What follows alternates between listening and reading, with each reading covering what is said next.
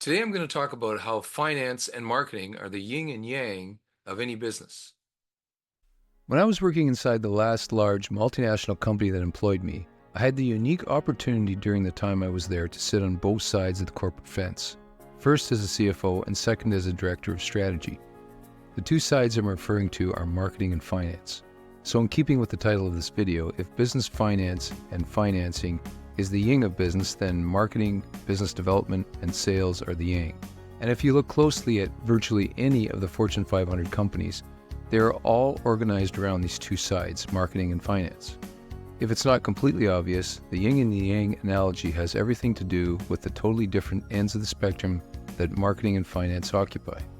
Marketing and finance people don't even tend to get along, as the former tends to be aggressive, even to a fault at times, and the latter tends to be conservative, also to a fault.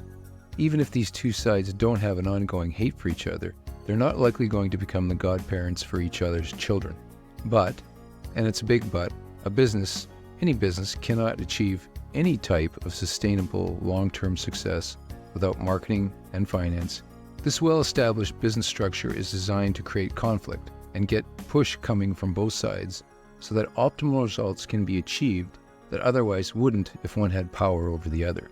For many small and medium-sized businesses, the primary focus, as it should be, is marketing, because without customers, nothing else really matters. So the yang tends to be strong, but what about the yin?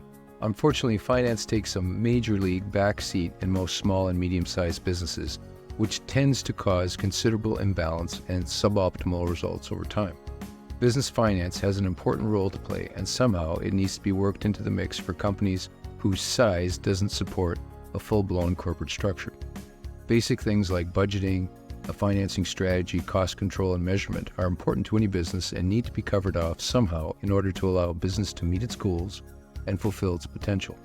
As an example, what I really notice more than anything else in this regard with small and medium-sized businesses is that over 80%, and that's my numbers, of business financing activities are unplanned events, do not adhere to any type of financing strategy for the business, and are difficult to get in place in the time required.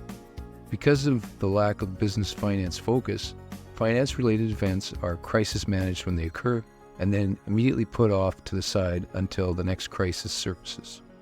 It doesn't have to be that way, but it will likely be that way without an understanding of why marketing and finance need to balance off against each other. For business owners and managers, it can very well mean sitting on both sides of the proverbial fence at times to achieve some of the balance.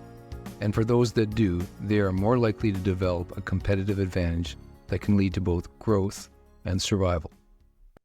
So if you have a business financing problem, challenge, or requirement that you need help trying to solve, then I suggest you give me a call or send me a note to the contact information at the end of this video. And I wish you all the best in your business financing endeavors. Take care.